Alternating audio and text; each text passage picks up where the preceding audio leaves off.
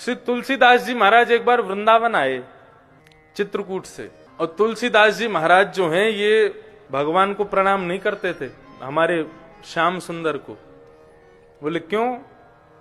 बोले तुलसी मस्तक तब नवे जब धनुष बाण ले हाथ। बोले बंसी छोड़ के धनुष बाण हाथ में लोगे तब मैं आपको प्रणाम करूंगा।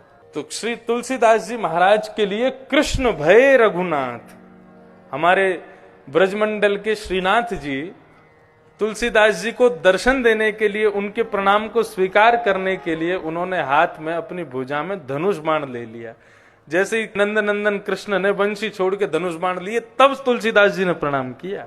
तो ऐसे तुलसीदास जी महाराज, ये कोई इनके मन का भाव नहीं था, केवल आनंद के लिए, विनोद के लिए कृष्ण और राम में भेद करते थे। तो सूरदास आदि इन भक्तों से आकर के कहते थे पूरे दिना कारी कमरी वाले कोई ध्यान धरते रहो तुम लोग, व बंसी वाले को टेढ़ी टांग वाले को ध्यान धरते रहो। अरे जाको खुद को कोई ठिकानो ना है, दूसरे इनके घर में जा जाके चोरी करे, वा को ध्यान धरोगे तो तुम चोरी करनी पड़ेगी।